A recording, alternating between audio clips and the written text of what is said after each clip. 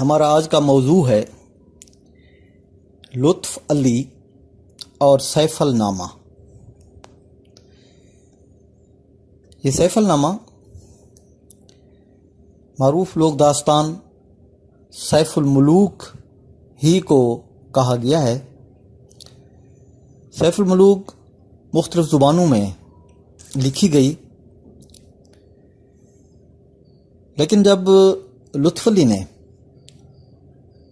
سرائیکی زبان میں اس مثنوی کو رقم کیا تو انہوں نے مرکزی کردار جو سیف الملوک کے نام سے معروف ہے اس کو سرائیکی وسیب کی مناسبت سے سیفل کا نام دے دیا اس کردار کو۔ تو سیفل کا نام دینے کی وجہ سے اس مثنوی کا نام بھی انہوں نے سیف النامہ رکھا۔ گویا یہ وہی سیف الملوک ہی کی لوک داستان ہے جو مختلف زبانوں میں پائی جاتی ہے۔ دوسرے کی زبان کے یہ معروف شاعر لطف علی 1129 ہجری یعنی 1716 عیسوی میں پیدا ہوئے۔ یہ معروف مثنوی سیف النامہ 1195 ہجری یا 1780 عیسوی میں مکمل ہوئی، یعنی 1195 ہجری۔ تو اس کا تذکرہ لطف علی نے ایک جگہ پہ خود کیا تھا کہ 12ویں سخت صدی تو جو ایک پنجک چا گھٹی وے، یعنی 5 سال اگر 12ویں صدی کے اختتام سے کم کیے جائیں تو ظاہر ہے کہ 1195 ہجری بنتا ہے۔ لیکن اس مثنوی کی اشاعت جو ہے وہ تقریباً 1 صدی بعد 1297 ہجری یا اس کو 1879 عیسوی بھی کہا جا سکتا ہے۔ تو یہ اس کی اشاعت پہلی بار کانپور سے ہوئی تھی۔ جہاں تک لطف علی کی ابتدائی تعلیم کا تعلق ہے تو انہوں نے ملتان میں مولوی نور محمد ملتانی کی شاگردی اختیار کی۔ معروف شاعر اور مثنوی یوسف زلیخا کے تخلیق کار عبدالحکیم اچوی بھی مولوی نور محمد کے شاگردوں میں شامل تھے۔ اس طرح لطف علی اور عبدالحکیم اچوی کو ہم عصر شعراء میں شمار کیا جاتا ہے۔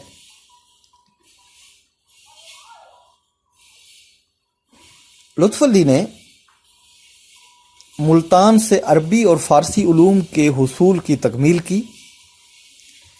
بعد ازاں ایک مدت تک بہاولپور میں نواب بہاول خان ثانی کے دربار سے منسلک رہے۔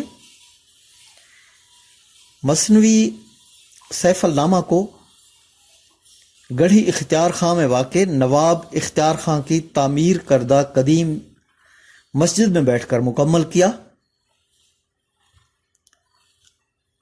آخرکار 1219 ہجری یعنی 1794 عیسوی میں تقریباً 80 سال کی عمر میں مولوی لطف علی کا انتقال ہوا اور مزار میو مبارک ضلع رحیم یار خان میں واقع ہے۔ لطف علی کے نے کئی تحریریں چھوڑی ہیں جن میں داستان سیف الملوک یا سیف النامہ خاص طور پر معروف ہے۔ اگر ہم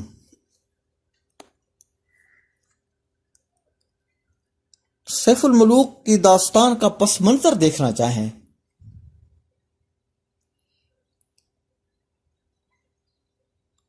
تو ہمیں یہ ہند و پاک کے حوالے سے اس کا ایک خاص پس منظر نظر آتا ہے۔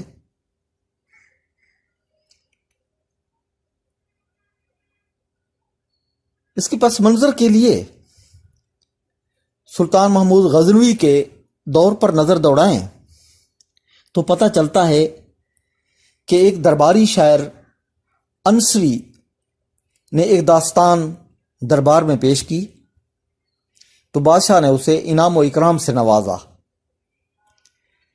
یہ صورت دیکھ کر سلطان کے وزیر حسن میمندی نے حیران ہوتے ہوئے وجہ پوچھی تو بادشاہ نے بتایا کہ یہ داستان ایک خاص داستان ہے جسے انصری نے مکمل طور پر پیش نہیں کیا۔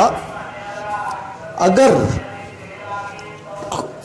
کوئی شخص اس داستان کو مکمل طور پر تلاش کر کے لائے تو اسے کہیں زیادہ انعام دیا جا سکتا ہے۔ آخرکار حسن میمندی اس داستان کو تلاش کرنے کے لیے نکل پڑتا ہے اور مختلف شہروں سے ہوتا ہوا دمشق پہنچتا ہے، جہاں اسے پتہ چلتا ہے کہ دمشق کے شاہی توشہ خانہ میں زبدۃ الجواب کے نام سے ایک کتاب موجود ہے جس کو سال میں ایک بار نکال کر پڑھا جاتا ہے اور پھر توشہ خانہ میں رکھ دیا جاتا ہے۔ حسن میمندی نے دمشق کے بادشاہ سے یہ کتاب دیکھنے کی خواہش ظاہر کی، جس کی خواہش کے پیش نظر کتاب لائی گئی تو اسے دیکھ کر حسن میمندی کی خوشی کی انتہا نہ رہی، کیونکہ اس میں وہی داستان موجود تھی جس کی وہ تلاش میں نکلا ہوا تھا۔ وہ سفر در سفر یہاں تک پہنچا تھا۔ اس کتاب میں بوستان ارم، سیف الملوک اور شاہپال کے نام کے 3 قصے موجود تھے۔ دمشق کے حکمرانوں کی اجازت سے اس کی نقل تیار کرائی گئی۔ تو اس طرح یہ داستان پہلی بار منظر عام پر آئی ہے، یعنی اس سے پہلے یہ صرف دمشق کے توشہ خانے میں موجود تھی اور سال میں ایک بار نکالی جاتی تھی، لیکن اس کے بعد اسے منظر عام پر جب لایا گیا تو پھر اس کے کئی زبانوں میں تراجم ہوئے، ایک زبان سے دوسری زبان میں اسے اخذ کیا گیا۔ تو سیف النامہ کے عنوان سے سامنے آنے والی یہ کتاب بھی اسی انداز سے سامنے آئی کہ اسے بھی فارسی زبان سے ہی اخذ کیا گیا۔ لطف علی کے سیف النامہ کو محمد بشیر زامی نے مثنوی سیف الملوک کے عنوان سے اردو ترجمہ کے ساتھ پیش کیا، تو سیف النامہ کے عنوان سے سامنے آنے والی مثنوی بھی دیگر شعراء کی اس مثنوی کی طرح سیف الملوک کے نام سے پہچانی جانے لگی۔ تو اس وقت بھی ہم سریکی ادب میں اگر ہم دیکھتے ہیں تو چونکہ ترجمے کا نام سیف الملوک رکھا گیا تو اس وقت بھی سیف النامہ کا عنوان جو ہے وہ تقریباً پیچھے چلا گیا، اور اس وقت اگر کہیں کسی نصاب میں بھی دیکھتے ہیں تو بات ہوتی ہے کہ لطف علی کی سیف الملوک۔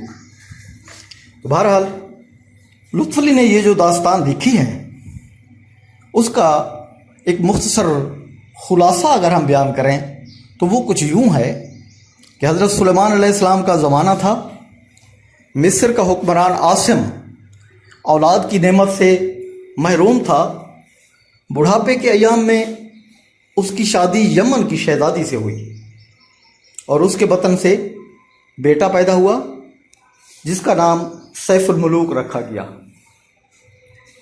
سیف الملوک ابھی 12 برس کا تھا کہ اس نے پرستان کی شہزادی بدیع البانو کی تصویر دیکھی تو دل دے بیٹھا۔ ظاہر ہے شہزادہ تھا، والدین اس کی ہر بات ماننے کو تیار تھے، تو اس طرح بڑی مشکل سے والدین سے اجازت لے کر شہزادی کی تلاش کے لیے سفر شروع کیا۔ کہا جاتا ہے کہ 900 بحری بیڑے اس کے قافلے میں شامل تھے۔ ظاہر ہے کہ بادشاہ کا، شہزادے کا قافلہ تھا، کوئی چھوٹا موٹا قافلہ نہیں تھا، تو اس لیے، اور سفر بھی سمندروں کے ہوا کرتے تھے، 900 سمندری بیڑے۔ تو یہ جو قافلہ تھا یہ سمندر کے راستے سفر کرتے ہوئے آگے بڑھ رہا تھا کہ اسے ایک طوفان کا سامنا کرنا پڑا، اور طوفان اس قدر بڑا طوفان تھا کہ قافلے میں سے صرف 70 آدمی زندہ بچنے میں کامیاب رہے، باقی سارے طوفان کی نظر ہو گئے۔ زندہ بچ جانے والوں میں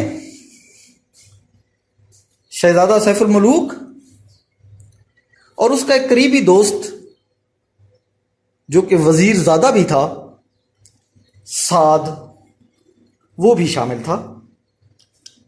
گو کہ یہ دونوں زندہ تو بچ گئے تھے، لیکن ایک وقت ایسا بھی آیا کہ یہ ایک دوسرے سے بھی جدا ہو گئے، اور یوں شہزادہ بالکل اکیلا رہ گیا۔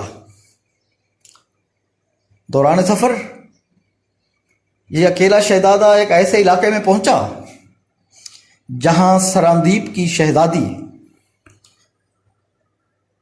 جس کا نام ملکہ لکھا گیا ہے، تو یہ ملکہ ایک دیو کی قید میں تھی۔ اسے دیو کی قید سے نجات دلانے کے لیے شہزادے کو کئی پاپڑ بیلنے پڑے۔ پھر اس کے بعد اسے پتہ چلتا ہے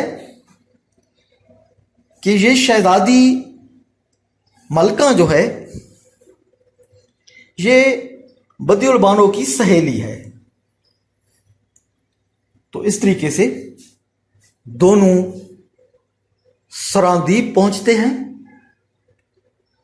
اور کہیں نہ کہیں سے سفر کرتے کرتے سعد بھی وہیں پہنچ جاتا ہے، وہیں ان کی ملاقات ہوتی ہے، اور یہیں شہزادی بدیع البانو تک بھی رسائی ہوتی ہے۔ لیکن یہاں ایک بار پھر سیف الملوک اور سعد مشکلات کا شکار ہو جاتے ہیں۔ شہزادہ ایک دیو کی قید میں بھی رہتا ہے۔ بالآخر جیسا کہ الف لیلوی داستانوں میں بتایا جاتا ہے کہ یہ مرکزی کردار یا ہیرو ہمیشہ فتح یاب ہوتا ہے، تو یہ فتح یاب ہونے کا ان کا یہی ایک حوالہ یہاں بھی سامنے آتا ہے۔ اس فتح کے پیچھے شہزادہ اور اس کا دوست سعد جو ہے وہ ان تمام مسائل کو حل کر لیتے ہیں۔ بالآخر ان تمام مسائل کے حل ہونے کے بعد سیف الملوک کی شادی بدیع البانو سے ہو جاتی ہے، اور سعد کی شادی ملکہ سے کرائی جاتی ہے۔ اس طریقے سے دونوں دوست خوش خوش وطن واپس آتے ہیں، اور بادشاہ عاصم اپنی بادشاہی اپنے بیٹے کو سنبھال دیتا ہے۔ سرائکی قصے میں جیسے کہا جاتا ہے کہ وہ اتھاں خوش پہ وسدن تے اساں اتھاں انہیں دا قصہ چھیڑی بیٹھے ہیں۔ بہرحال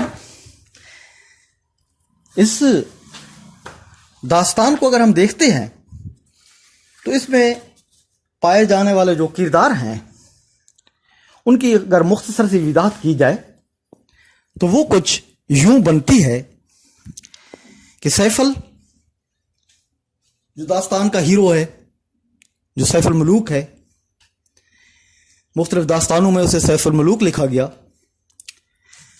اور دوسرا اہم کردار بدیع البانو داستان کی ہیروئن ہے، جسے دیگر کچھ داستانوں میں بدیع الجمال کا نام بھی دیا گیا ہے۔ ملکہ جو کہ بدیع البانو کی سہیلی ہے، اور سراندیپ جزیرے کے بادشاہ کی بیٹی ہے۔ اس کے بعد ایک کردار ہے سعد وزیر زادہ بھی ہے اور سیفل کا قریبی دوست بھی۔ عاصم سیفل کا والد ہے اور مصر کا حکمران ہے۔ شاہپال کا کردار بدیع البانو کے والد اور ملک ارم کے بادشاہ کو ظاہر کرتا ہے۔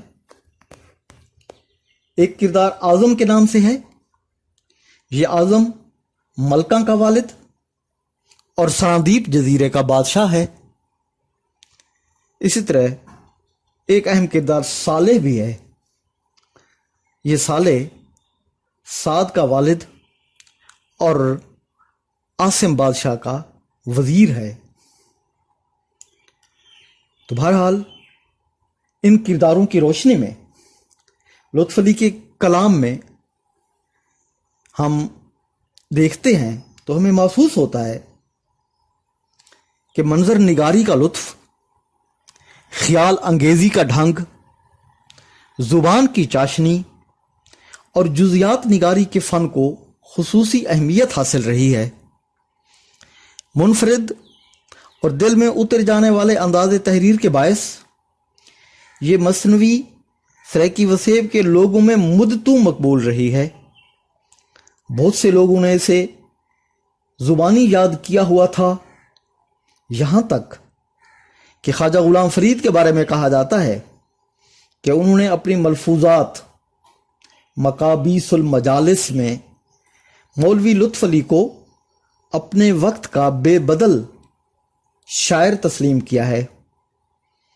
اس داستان میں اس قدر طویل 274 بند پیش کیے گئے کہ ہر ایک بند اپنی طوالت کے باعث الگ باب کی حیثیت رکھتا ہے۔